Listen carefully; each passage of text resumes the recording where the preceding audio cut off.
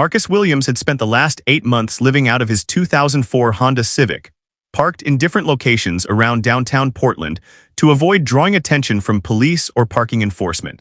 At 42 years old, he had never imagined his life would take this turn. But a series of unfortunate events had stripped away everything he had built over 2 decades of hard work. The software company he had worked for had gone bankrupt suddenly, leaving him without severance pay or health insurance. Within weeks of losing his job, his wife of 15 years had filed for divorce, citing years of emotional distance that Marcus hadn't even realized existed. The divorce settlement had taken most of his savings, and without steady income, he had quickly fallen behind on rent for the small apartment he had moved into after the separation. The descent into homelessness had been faster than Marcus could have anticipated. First came the eviction notice, then the frantic search for cheaper housing that went nowhere because landlords wanted proof of employment and deposits he couldn't afford. He had tried staying with friends, but those arrangements never lasted more than a few weeks before he sensed he was overstaying his welcome. His pride prevented him from asking his elderly mother for help, knowing she lived on a fixed income that barely covered her own expenses. So Marcus had cleaned out what little remained in his apartment, sold most of his possessions for cash, and loaded the essentials into his car, which became his new home. During the day, Marcus tried to maintain some semblance of normalcy and dignity. He had a gym membership at a budget fitness center that he paid for monthly, which gave him access to showers and a place to clean up each morning. He spent his days at the public library, using their computers to search for jobs and their restrooms to maintain basic hygiene. He dressed in the few professional clothes he had kept, making sure they stayed clean and pressed, determined not to look like the homeless man he had become. The library staff never questioned his constant presence, perhaps assuming he was a graduate student or freelance worker taking advantage of the free Wi-Fi and quiet atmosphere. The nights were harder to manage. Portland winters were cold and wet, and sleeping in a car meant waking up multiple times each night, shifting positions to ease the cramping in his legs and back. Marcus had learned which parking lots had security cameras but no active patrols, which neighborhoods were safe enough to park overnight without worry, and which fast food restaurants would let him use the bathroom late at night without purchasing anything. He kept his situation hidden from everyone he knew, maintaining the fiction that he was doing fine when the occasional former colleague reached out via email or social media. The shame of his circumstances felt too heavy to share, and he convinced himself that admitting the truth would make it more real somehow. What kept Marcus going during those months was something most people wouldn't have expected. Before the job loss and divorce, before the downward spiral that had consumed his life, Marcus had been an accomplished pianist. He had studied classical piano seriously throughout his childhood and teenage years, even attending a prestigious music conservatory for 2 years before switching to computer science for more practical career prospects. His parents had supported the change, understanding that making a living as a classical musician was difficult and uncertain, but Marcus had never stopped playing entirely. Throughout his marriage and career, he had owned a beautiful Yamaha grand piano that sat in his living room, and he had played nearly every evening after work, finding solace and expression in the music that his day job never provided. The piano had been one of the most painful losses when he downsized his life to fit into his car. He had sold it to a young family for far less than it was worth, just needing the cash quickly and not having the luxury of waiting for the right buyer. Watching the movers wheel it out of his apartment had felt like losing a piece of himself. And for the first few months of living in his car, Marcus had avoided thinking about music entirely because the loss felt too acute. He walked past piano stores with his eyes averted, changed the radio station when classical music came on, and tried to convince himself that this chapter of his life was closed permanently. But music had a way of finding Marcus even when he tried to hide from it. Sometimes late at night, parked in a quiet residential neighborhood, he would find his fingers moving against the steering wheel, playing invisible keys and working through pieces he had memorized years ago. Beethoven sonatas, Chopin nocturnes, Rachmaninoff preludes, all stored somewhere in his muscle memory and refusing to be forgotten. The silent practicing became a meditation of sorts, a way to escape the reality of his situation for a few minutes and remember who he had been before everything fell apart. His hands would move through complex passages, and he could hear the music perfectly in his mind, every note and dynamic and phrase exactly as it should sound. One particularly cold evening in late November, Marcus found himself with nowhere to go earlier than usual. The library had closed at 6 for a special event, and the coffee shop where he sometimes spent evenings nursing a single cup of coffee for hours had been packed with a loud study group that made staying there impossible. He drove aimlessly through downtown Portland, the light rain making the city lights blur and shimmer through his windshield, trying to kill time until it was late enough to park somewhere for the night. He passed the Benson Hotel, one of Portland's oldest and most elegant establishments, its ornate facade glowing warm and inviting against the gray evening. Marcus had walked past the Benson countless times during his previous life, when he had been a successful software engineer with a comfortable salary and a wife who liked to have drinks in the hotel's bar on special occasions. He had always admired the building's historic architecture and old-world charm, but had never paid much attention to the details of its interior. On impulse, perhaps driven by a desire to feel civilized for a few minutes or simply to get out of the cold rain, Marcus parked his car in a nearby garage and walked into the hotel's grand lobby. The warmth hit him immediately, along with the subtle scent of expensive cologne and fresh flowers. The lobby was everything he remembered, with its high ceilings, ornate moldings, and furniture that looked like it belonged in a European palace. Well-dressed guests moved through the space with the casual confidence of people who belonged in such surroundings, checking in at the reception desk or meeting friends for dinner at the hotel's restaurant. Marcus stood just inside the entrance, feeling suddenly self-conscious in his clean but worn khakis and jacket, aware that he looked presentable enough not to be immediately escorted out, but not quite polished enough to blend in seamlessly with the hotel's usual clientele. That's when he saw it, positioned in a corner of the lobby where it could be seen from multiple angles but wasn't blocking any major pathways.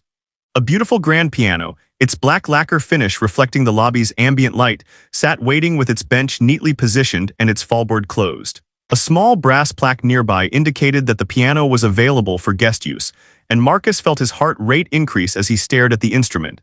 He hadn't touched a real piano in 8 months, hadn't felt keys beneath his fingers or heard actual notes instead of the phantom music in his head. The longing that washed over him was so intense it was almost physical, and before he could talk himself out of it, Marcus found himself walking toward the piano. He sat down on the bench carefully, half expecting a hotel employee to materialize and ask him to leave or to prove he was actually a guest. But no one paid him any attention. The lobby was busy enough that one more person sitting at the piano didn't register as unusual or concerning. Marcus opened the fallboard slowly, revealing the familiar pattern of black and white keys, and placed his hands in position over middle C. His hands were shaking slightly, from cold or nervousness or anticipation he couldn't quite tell. He took a deep breath, and after 8 months of silence, Marcus began to play. The first notes that came from the piano were tentative, almost questioning, as Marcus tested the instrument's touch and tone. He started with something simple, a Bach prelude he had learned as a teenager, letting his fingers remember the patterns they had practiced thousands of times over the years. The piano was beautifully maintained, its action responsive and its tone rich and warm. As Marcus played through the familiar piece, he felt years of tension beginning to drain from his shoulders. The lobby sounds faded into background noise, and for the first time in months, he wasn't thinking about where he would sleep that night or how he would find his next meal or whether he would ever climb out of the hole his life had become. After the Bach, Marcus transitioned seamlessly into a Chopin waltz, his fingers gaining confidence as they moved across the keys. A few people in the lobby glanced over at the sound of live music, smiling appreciatively before returning to their conversations or their phones. Marcus played for about 15 minutes, moving through pieces that his hands remembered even if his conscious mind had tried to forget them.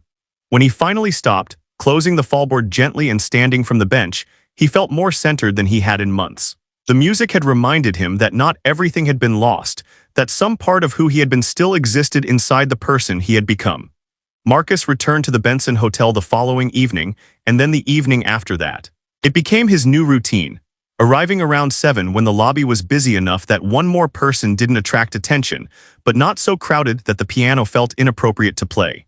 He would sit and play for 20 or 30 minutes, working through his repertoire and occasionally attempting pieces he hadn't touched in years. The hotel staff never questioned his presence, perhaps assuming he was a guest or maybe simply not caring as long as he wasn't causing problems. Other guests seemed to enjoy the ambient music, occasionally pausing to listen more intently or offering a smile of appreciation as they passed.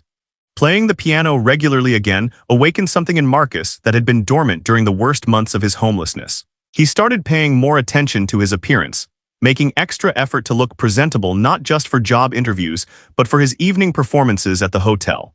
He used some of his dwindling cash to get a proper haircut at a barber school where students practiced on volunteer clients. He spent more time at the gym, not just showering but actually exercising, trying to combat the physical toll that living in a car had taken on his body. The piano gave him a reason to maintain dignity and self-respect, a purpose beyond simple survival. During his fourth week of playing at the Benson, Marcus noticed a woman who had stopped to listen more intently than the usual passersby. She was elegantly dressed, probably in her 60s, with silver hair styled in a sophisticated cut and jewelry that looked expensive even from a distance. She stood about 15 feet from the piano, not close enough to intrude but near enough to hear clearly, and she remained there for the entire duration of a Rachmaninoff prelude that Marcus was working through. When he finished, she approached him with a warm smile and introduced herself as Catherine Aldridge. Catherine asked Marcus about his musical background, and he found himself answering honestly, talking about his conservatory training and the years he had spent away from serious playing. He didn't mention his current living situation, carefully steering the conversation to focus on music rather than personal circumstances.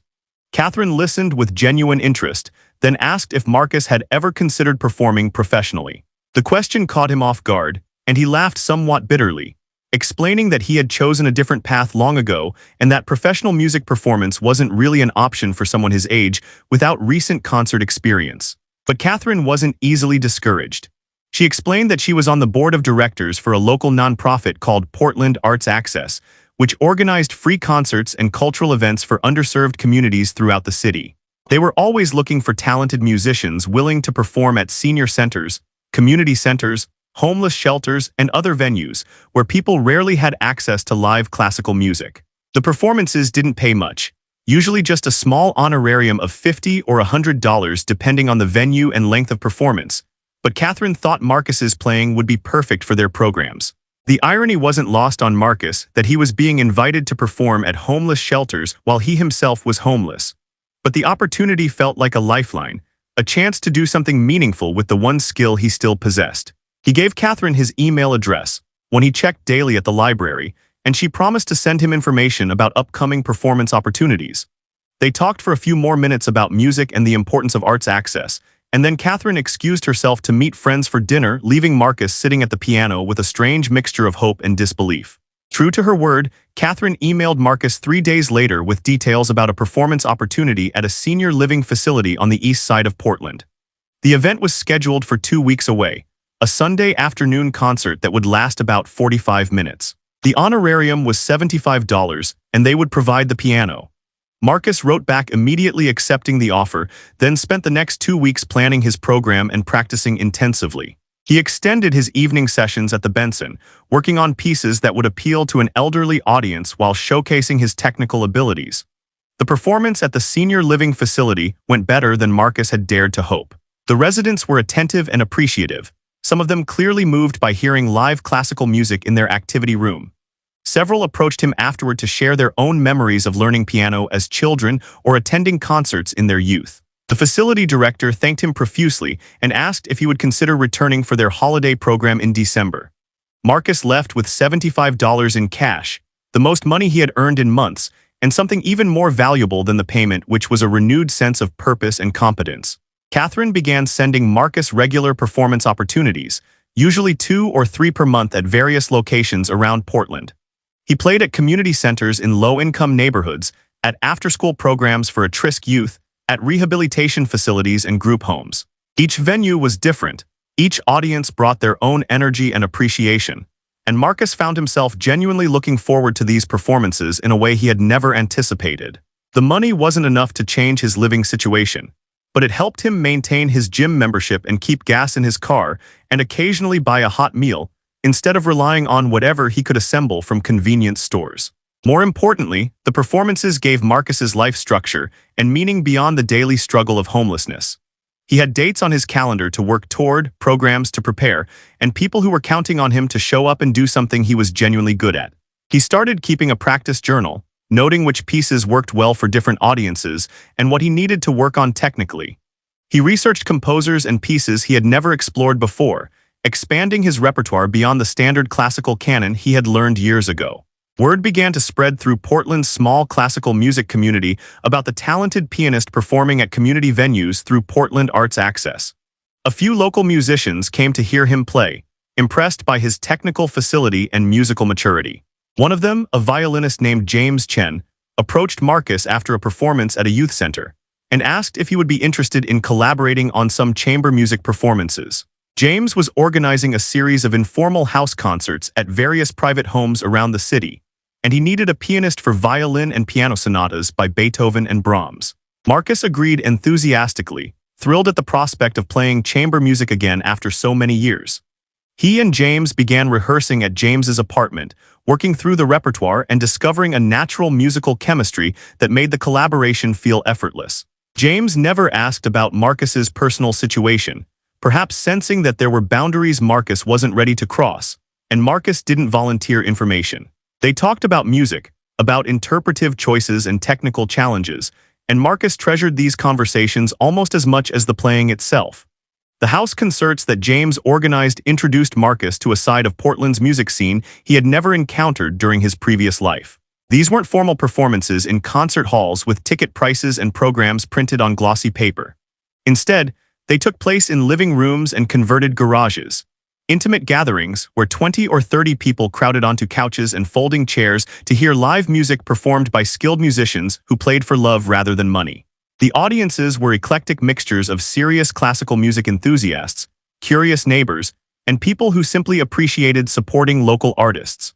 Marcus's first house concert with James took place on a rainy Saturday evening in November at the home of a retired music professor in the Hawthorne district. The living room had been cleared of most furniture to make space for chairs, and a beautiful Steinway grand piano dominated one corner of the room.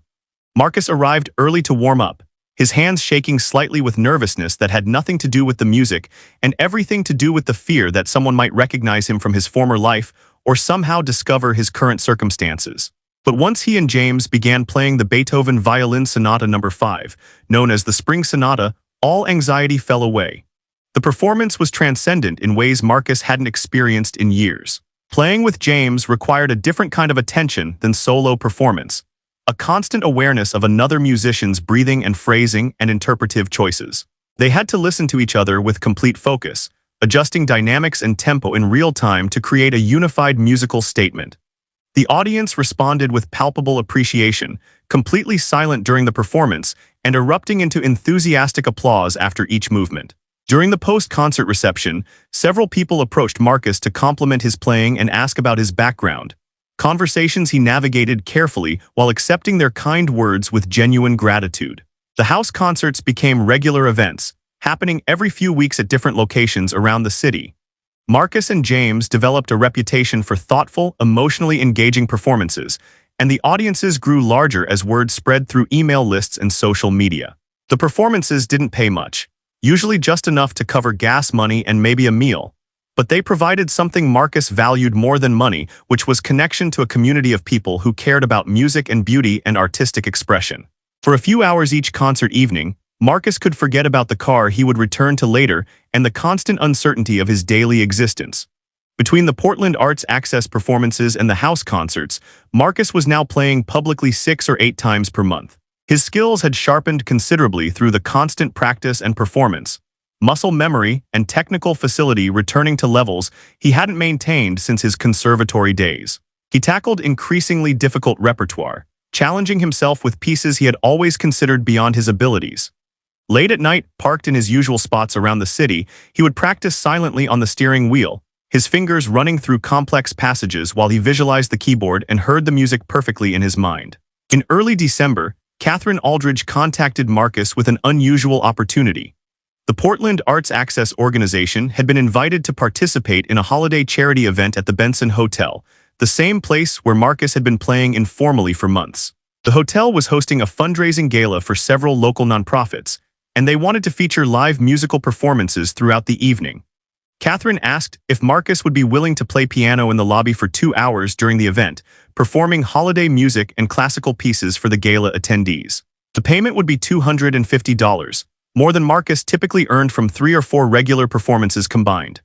Marcus accepted immediately, though the prospect of performing at the Benson in an official capacity felt surreal given how many evenings he had spent there as an uninvited guest simply seeking warmth and access to a piano. The gala was scheduled for a Friday evening 2 weeks before Christmas, and Marcus spent those 2 weeks preparing an ambitious program that mixed holiday classics with showpiece classical works. He wanted to prove that he belonged in that elegant space, that he was a serious musician deserving of the opportunity Catherine had given him. The evening of the gala, Marcus arrived at the Benson Hotel 2 hours early, wanting time to familiarize himself with the piano and settle his nerves before guests began arriving.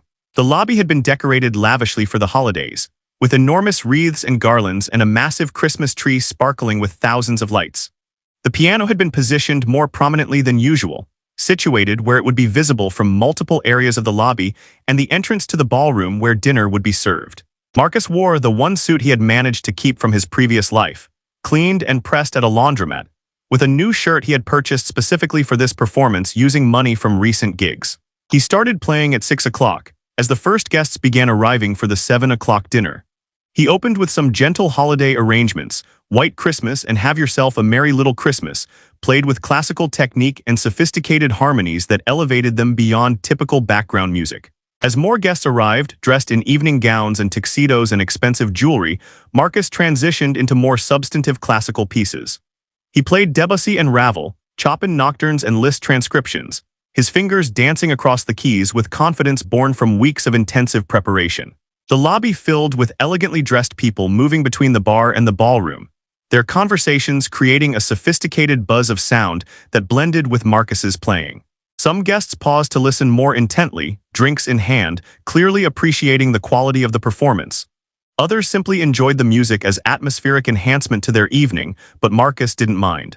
He was playing well, better than he had played in years, and the music flowed from him with an ease that felt almost effortless.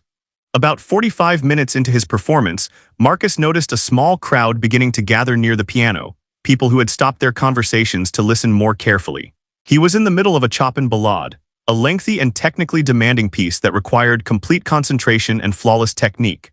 The music built through dramatic climaxes and tender lyrical sections, and Marcus poured everything he had into the performance, his entire body engaged in creating the sounds he wanted from the instrument.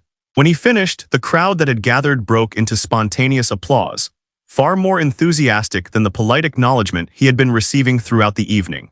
Among the applauding guests, Marcus spotted a face that made his heart stop for a moment. Richard Thornton, the CEO of the software company where Marcus had worked before it went bankrupt, stood at the edge of the small crowd with a champagne flute in his hand and an expression of complete astonishment on his face. Richard had landed on his feet after the company's collapse, quickly moving into an executive position at a larger tech firm, while Marcus and dozens of other employees had been left to navigate unemployment and financial ruin. They hadn't spoken since the company closed, and Marcus had assumed he would never see Richard again. Richard approached the piano as Marcus was shuffling through his sheet music to select the next piece, trying to decide whether to acknowledge Richard or pretend he hadn't noticed him. But Richard didn't give him the option of avoidance. He stood directly in Marcus's line of sight and said his name with a mixture of confusion and genuine surprise, asking if it was really him. Marcus had no choice but to acknowledge the encounter, nodding and offering a tight smile while internally calculating how much of his current situation Richard might be able to deduce from finding him playing piano at a charity event. The conversation with Richard was awkward in ways Marcus had dreaded, filled with the particular discomfort that comes from encountering someone from a previous life when circumstances have changed dramatically. Richard asked what Marcus had been doing since the company closed, and Marcus kept his answers vague, mentioning that he had been focusing on music performance and working with various nonprofits around the city. Richard nodded along, seeming to accept this explanation without probing too deeply into the specifics of Marcus's financial situation or living arrangements. He complimented Marcus's playing enthusiastically, saying he had no idea Marcus was such an accomplished pianist, and Marcus thanked him while trying to subtly steer the conversation toward its conclusion. But Richard wasn't ready to end the interaction. He explained that his current company was planning a major product launch event in January, a high-profile affair with several hundred invited guests including potential investors, media representatives, and industry leaders. They wanted the event to feel sophisticated and memorable, and Richard thought that having live classical piano music would add exactly the right touch of elegance. He asked if Marcus would be interested in performing at the launch event, playing for 2 hours during the reception that would precede the main presentation. The payment would be $800, and Richard promised that Marcus's performance would be prominently featured in the event planning. Marcus's mind raced through the implications of accepting this offer. $800 was more money than he had seen in months, enough to potentially rent a cheap motel room for a few weeks or make a deposit on a room in a shared house if he could find something suitable. But taking the job meant accepting charity from someone who represented the life Marcus had lost. Someone who had survived the company's collapse while Marcus had fallen through the cracks. His pride warred with his desperate need for money and stability, and he stood there at the piano with Richard waiting for an answer, frozen by indecision and shame. In the end, practicality won over pride. Marcus accepted the offer, exchanging contact information with Richard and agreeing to discuss details over email in the coming days. Richard shook his hand warmly, told him again how impressed he was with the performance, and returned to his group of colleagues and friends who were waiting near the bar. Marcus sat back down at the piano, his hands trembling slightly as he arranged his music for the next piece, wondering if he had made the right decision or if he had just opened a door to complications he wasn't prepared to handle. The rest of the evening passed in a blur of music and scattered thoughts. Marcus played mechanically through the remaining hour of his scheduled performance time, his mind only partly on the notes, while the other part obsessed over the encounter with Richard and what it might mean for his future. When his 2 hours concluded, Catherine found him to thank him for a beautiful performance and to hand him an envelope containing his payment. She mentioned that several guests had commented on the exceptional quality of his playing, and she hoped he would be available for similar events in the future. Marcus thanked her sincerely, pocketing the envelope without opening it, and slipped out of the hotel into the cold December night. Sitting in his car in the parking garage, Marcus finally opened the envelope and counted the money inside. $250 in cash, the most he had earned from a single performance. He sat there holding the bills, feeling a complicated mixture of gratitude and sadness and something that might have been hope. The money would help, certainly, but it wouldn't fundamentally change his situation. He was still homeless, still without any clear path back to stable employment and housing, still living day to day with no real plan beyond survival and the next performance opportunity. The following week, Richard emailed with details about the January product launch event. The venue would be a trendy downtown loft space that had recently been converted into an event hall, with floor-to-ceiling windows offering views of the city and modern architectural details that photographed well for social media. Richard wanted Marcus to play contemporary classical pieces mixed with sophisticated jazz arrangements, music that would feel current and fresh rather than stuffy or traditional. He included a suggested repertoire list and asked for Marcus's input on the program, treating him like a valued professional rather than someone receiving a pity job. Marcus threw himself into preparing for the product launch with an intensity that bordered on obsession. This performance felt different from the community center concerts and house concerts that had filled his recent months. It was a return to the world he had fallen from, a chance to prove that he still had value and competence in professional spaces. He spent hours at the library researching contemporary composers and listening to recordings of pieces he had never played before.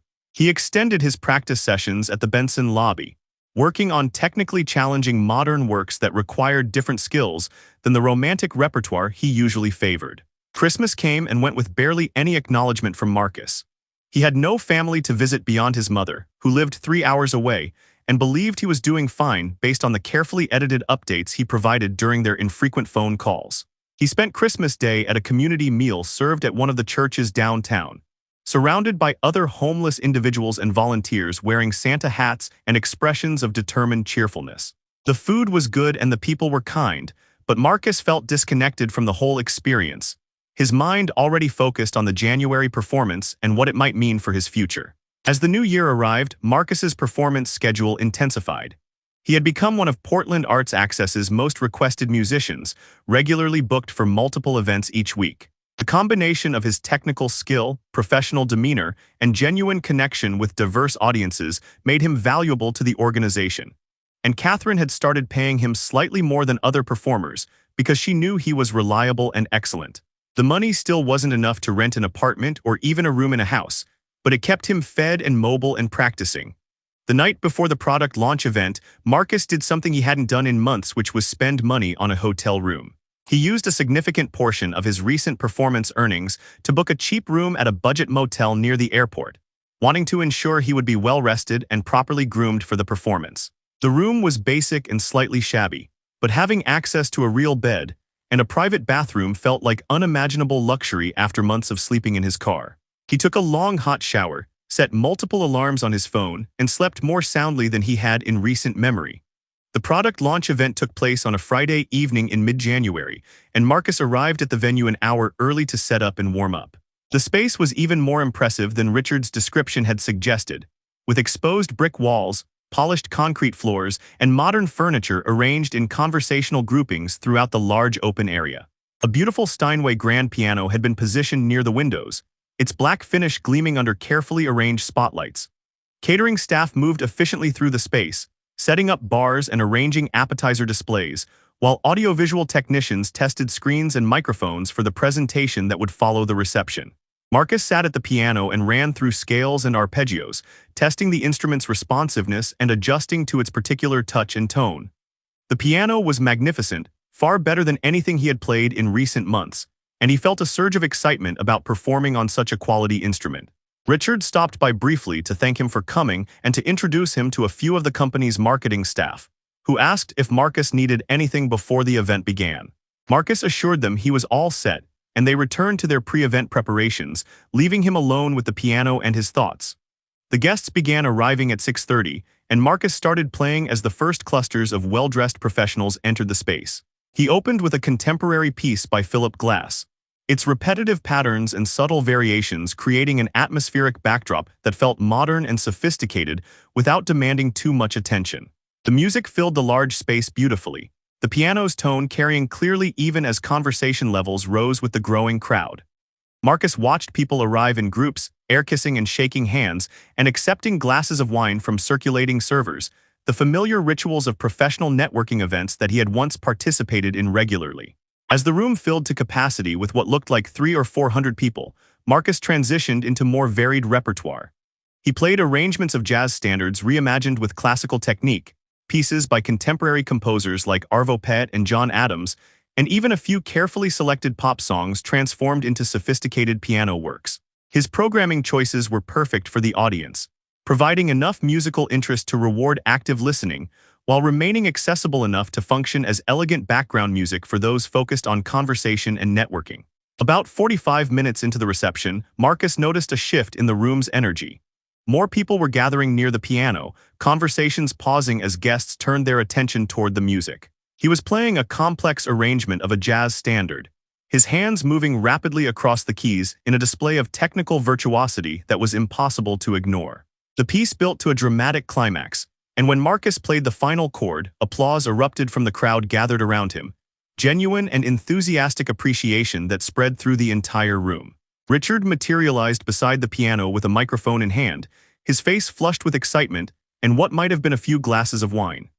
He asked the crowd for their attention and began speaking about how wonderful it was to have such exceptional live music at their event. Then, to Marcus's complete surprise and horror, Richard began telling Marcus's story, or at least the version of it that Richard knew. He explained that Marcus had worked at his previous company, that he was an incredibly talented pianist who had studied at conservatory, and that he was now dedicating himself to performing and bringing classical music to underserved communities around Portland. The crowd listened with polite interest, a few people nodding appreciatively, but Marcus felt his face burning with embarrassment. He hadn't wanted this kind of attention, hadn't wanted his past and present to collide in such a public way. Richard meant well, clearly trying to honor Marcus and generate appreciation for his performance, but the introduction felt too close to exposing truths that Marcus worked hard to keep hidden. Richard concluded by encouraging everyone to enjoy the music and to support local artists, then handed the microphone to someone else and stepped away, giving Marcus a thumbs up that was presumably meant to be encouraging. Marcus returned to playing, trying to shake off the discomfort of Richard's introduction and focus solely on the music. He worked through the remainder of his prepared program, playing with increasing confidence as the reception continued around him. People approached periodically to compliment his playing or request specific pieces, and he accommodated them when he could, enjoying the direct engagement with the audience.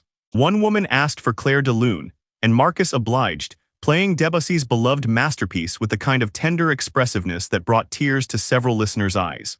As the 2-hour reception drew to a close and guests were encouraged to take their seats for the product presentation, a man in an expensive suit approached Marcus with a business card in hand.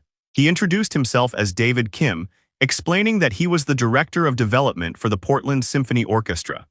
David had been impressed by Marcus's performance and wanted to know if Marcus had ever considered auditioning for the orchestra's substitute pianist pool. They were always looking for skilled pianists who could step in for concerto performances or chamber orchestra concerts when the regular pianist was unavailable.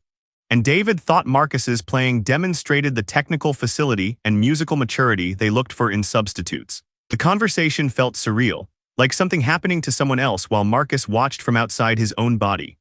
The Portland Symphony Orchestra was a respected professional ensemble, and being part of their substitute pool would mean real professional work with actual career implications.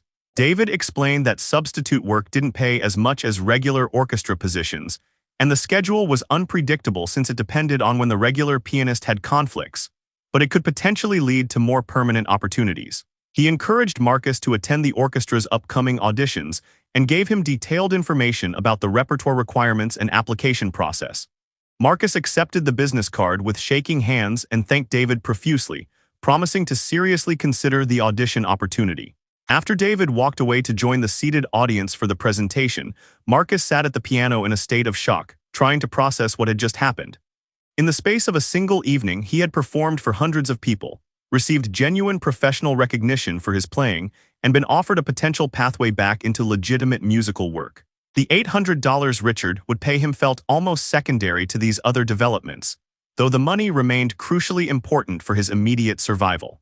Richard found Marcus after the presentation concluded and the event began winding down, handing him an envelope and thanking him again for a stellar performance.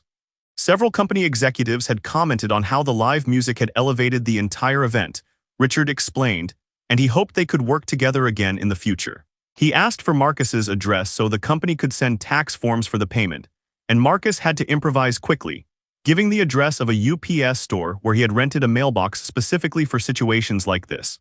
Richard didn't seem to notice the evasion, too pleased with the event's success to question the details. Driving back to his usual parking spot that night, the envelope containing $800 in the passenger seat and David Kim's business card in his pocket, Marcus felt something he hadn't experienced in nearly a year, which was genuine hope about the future.